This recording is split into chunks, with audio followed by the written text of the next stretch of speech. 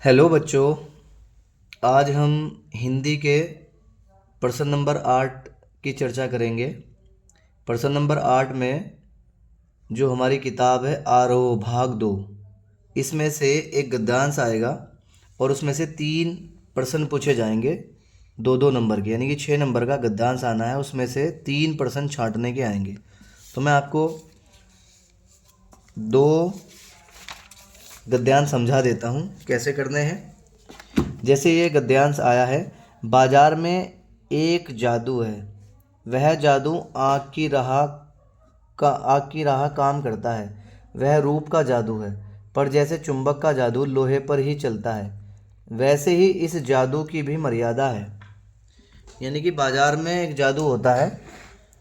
जादू मतलब जैसे हम बाज़ार में जाते हैं तो बहुत सारे सजो सामान, मनमोहने वाली चीज़ें हमें दिखाई देती है। उसका जादू इस तरह होता है जैसे चुंबक का जादू लोहे पर चलता है, वैसे ही इस जादू की भी मर्यादा है।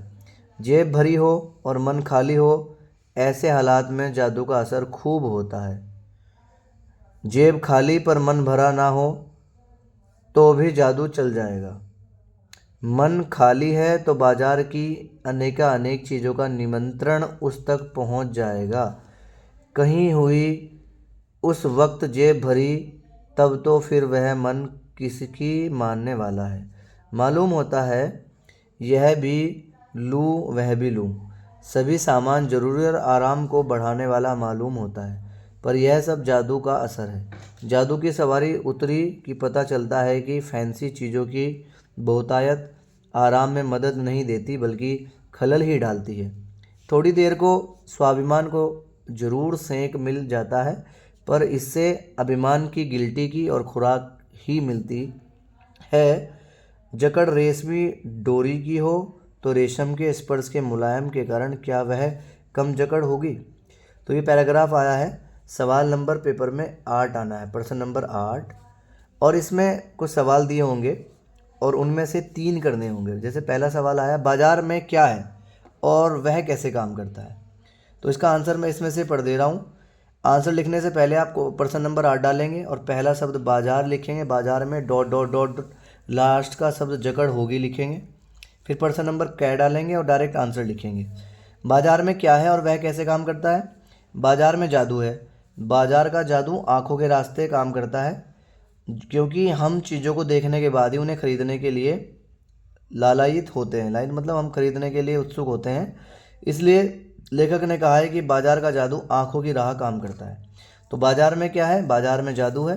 वह कैसे काम करता है, वो हमारी आंखों से काम करना शुरू करता है। हम आंखों से बाजार की चीज़ों को देखते हैं और फिर हमारा मन उनको खरीदना चाहता है। अगला सवाल, इस जादू का असर कब होता है। इस जादू का असर कब होता है, जब जेब भरी हो और मन खाली हो। इसमें लिखा हुआ था यहाँ पर सारा, जेब भरी हो और मन खाली हो, ऐसे हालात में जादू का असर खूब होता है। जेब खाली पर मन भरा ना हो तो भी जादू चल जाएगा। तो इसका आंसर हो गया दूसरे वाले का। जकड़ के बारे में क्या कहा गया है। जकड़ तो जकड़ होती है, वह चाहे रेशम की क्यों ना हो, कोमलता के कारण उसकी जकड़ में कमी नहीं आती। ये लिखा हुआ है कि जकड़ रेशम की डोरी की हो तो रेशम के स्पर्श के मुलायम के कारण वह कम जकड़ होगी। तो इस जकड़ के बारे में आप लास्ट में से लिख सकते हैं। उसके बाद बाजार के जादू की क्या मर्यादा है। बाजार में जो जादू होता है उसकी क्या मर्यादा है। कुछ मर्यादा है। देखिए, बाजार के जादू की मर्यादा, मर्यादा मतलब सीमा है, उसकी कुछ लिमिट है। यह तब चलता है जब व्यक्ति की जेब भरी हो और मन खाली हो, या जेब और मन दोनों के खाली होने पर भी इसका थोड़ा सा जादू चल जाता है, क्योंकि इस स्थिति में बाजार की चीज़ों का निमंत्रण उस तक पहुंच जाता है। कुल मिला के बाजार का जादू जब चढ़ता है जब आदमी की जेब भरी हो और मन खाली हो। लास्ट क्वेश्चन, मन खाली होना और मन का भरा होना ग्राहक की किस मनोदशा की ओर संकेत करता है। मन खाली होना, मन भरा होने का मतलब है ग्राहक की संतोषी और असंतोषी, मतलब ग्राहक को सामान अच्छा लग रहा है या नहीं लग रहा है, उसकी ओर इशारा करता है मन खाली होना और मन का भरा होना।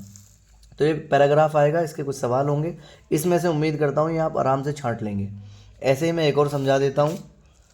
जैसे ये चैप्टर है काले मेघा पानी दे, पेज नंबर 64 पे। इसका एक पैराग्राफ है तीसरा, पेज नंबर 65 पर।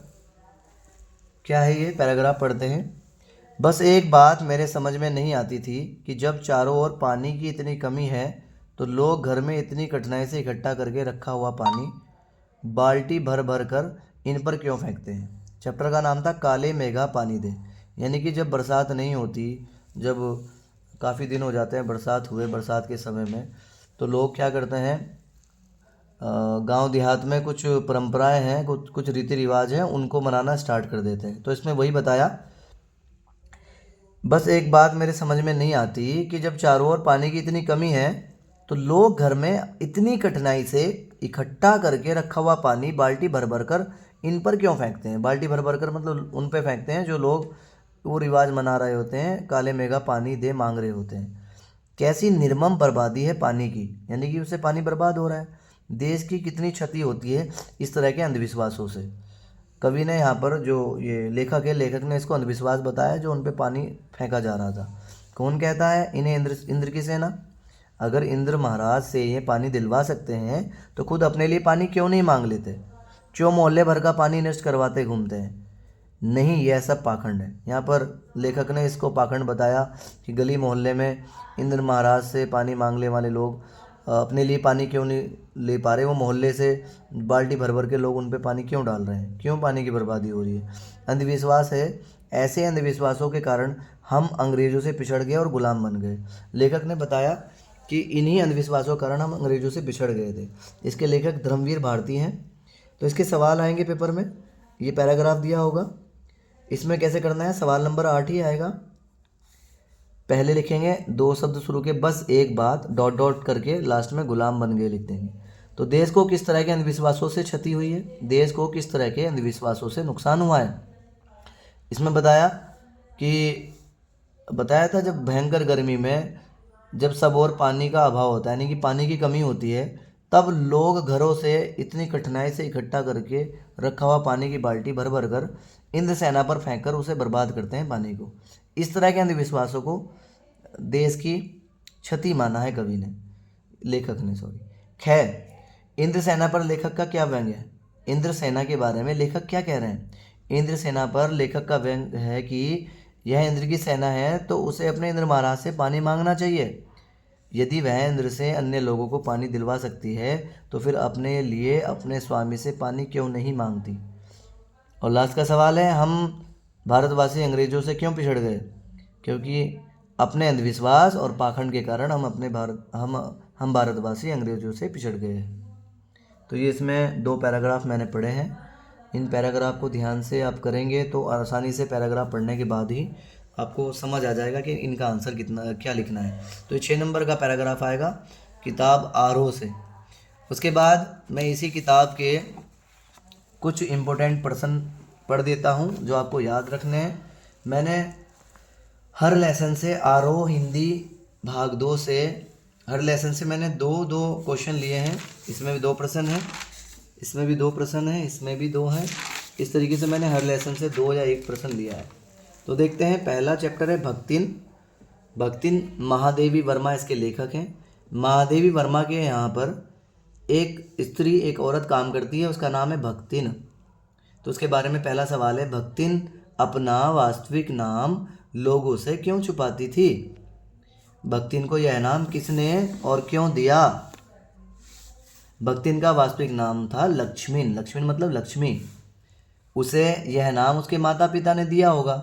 वह अपने माता पिता की इकलौती संतान थी, उन्हें यह नाम अपने लिए लक्ष्मी समझकर दिया होगा।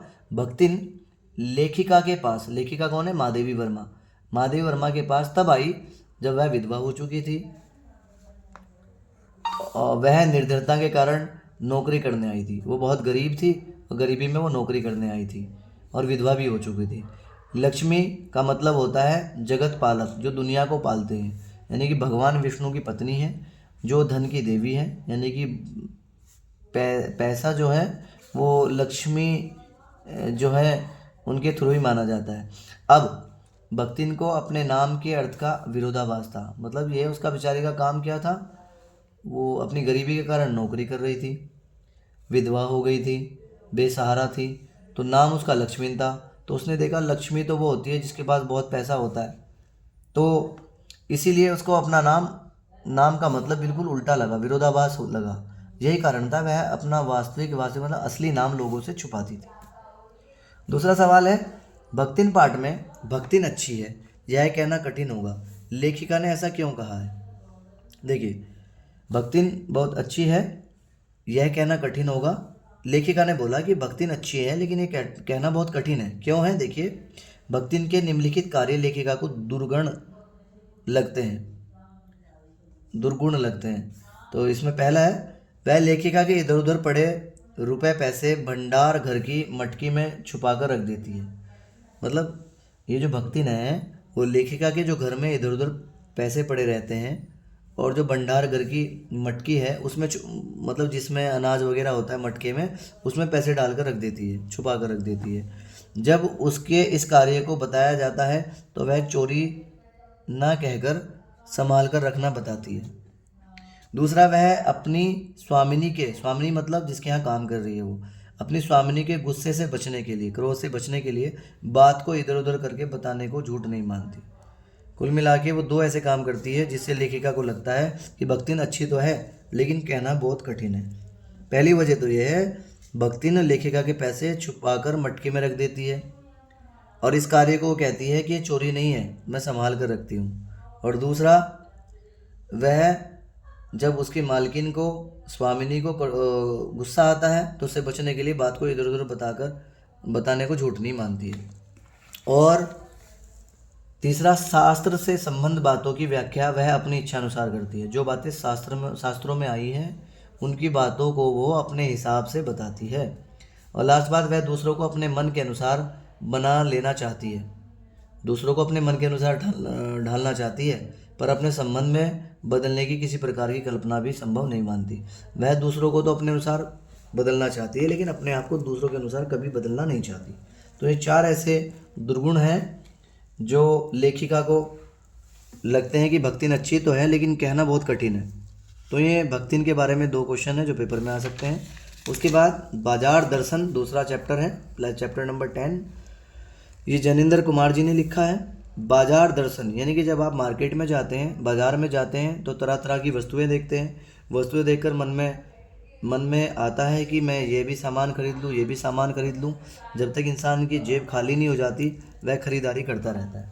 तो इसके बारे में पहला सवाल है, बाजारूपन से क्या तात्पर्य है? यानी बाजारूपन का क्या मतलब है? बाजार की सार्थकता किस में है? देखिएगा, जहाँ सद्भाव ना हो, भाईचारा ना हो, केवल ग्राहक और बेचक का संबंध हो।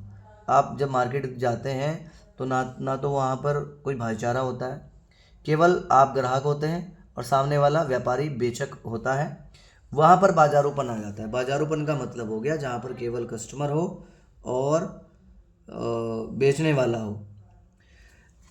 बाजारूपन में एक की हानि को दूसरे का लाभ समझा जाता है। बाजारूपन में आवश्यकताओं का आदान प्रदान नहीं होता बल्कि शोषण होता है। बाजारूपन में क्या होता है, बेचने वाला सोचता है मैं इसको महंगी बेच दूं और ग्राहक सोचता है मैं सस्ती ले लूं, लेकिन यानी कि एक दूसरे का दोनों शोषण करने का प्रयास करते हैं। बाजार को सार्थकता वही व्यक्ति प्रदान कर सकता है जो यह जानता है कि वह क्या चाहता है। बाजार में सार्थकता कब आएगी? जब व्यक्ति को पता हो कि मुझे क्या करना है, मुझे क्या चाहिए, तो तब बाजार में सार्थकता आ जाएगी।